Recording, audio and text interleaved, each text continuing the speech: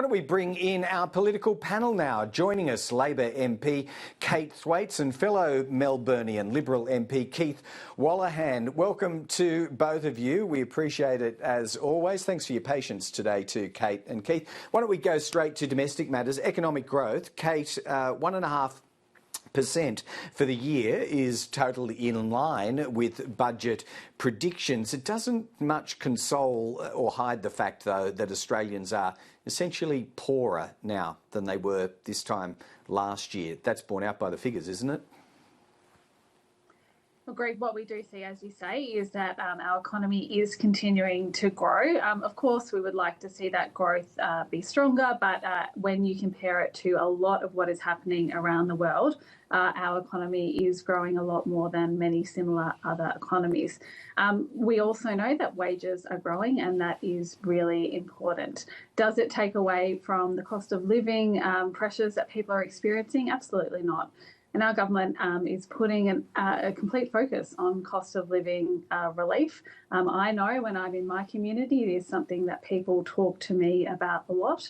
And I talk to them about the measures that Labor is putting in place, the tax cuts that we will be introducing from 1 July, the work we are doing to make it easier and cheaper to see a doctor, cheaper medicines, cheaper childcare.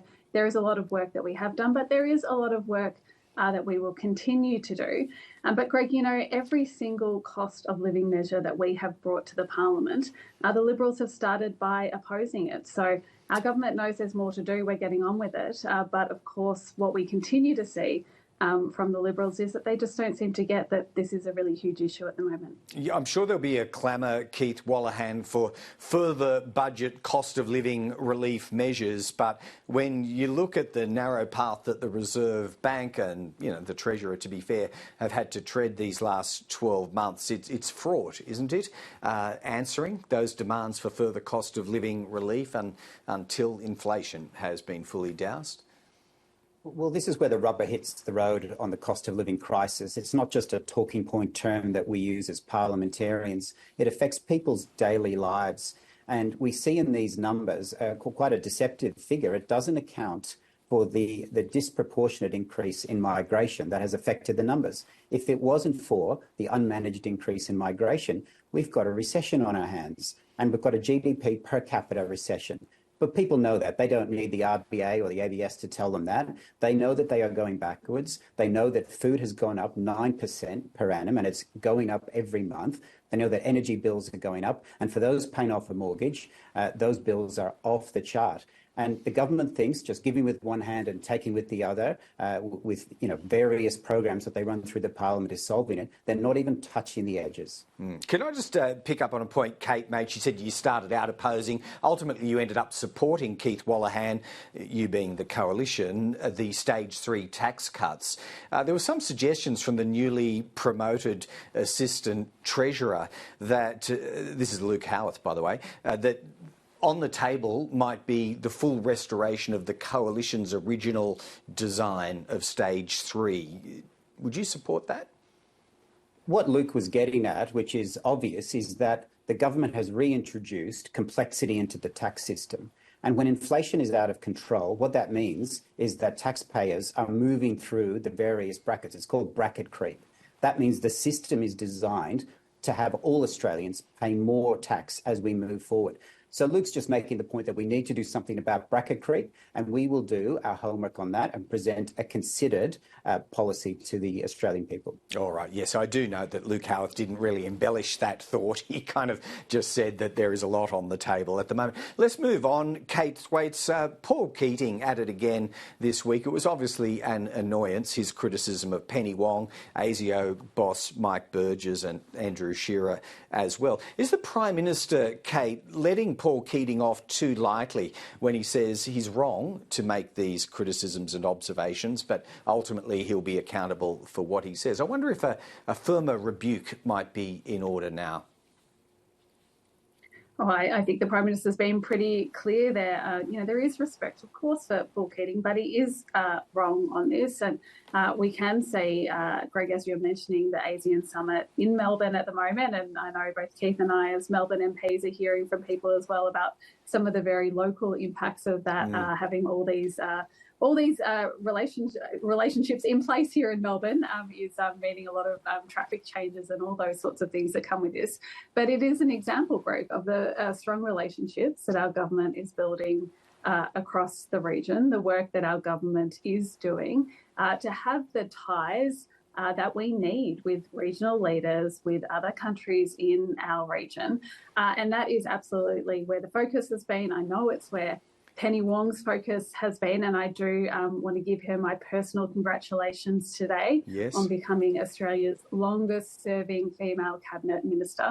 That is a huge achievement, Greg, and it does show you the strength, the depth, the rigour that Penny Wong brings to her role and to Australia's foreign policy, and we are very fortunate to have that. They are demanding jobs, particularly the current incarnation, which doubles Senate leadership with foreign ministry. Keith Wallahan, there is no need for unanimity on these things in a robust democracy, but is there residual damage when a former Prime Minister repeatedly comes out and slays AUKUS or, diplomatic outreach to the Pacific? Is it a problem?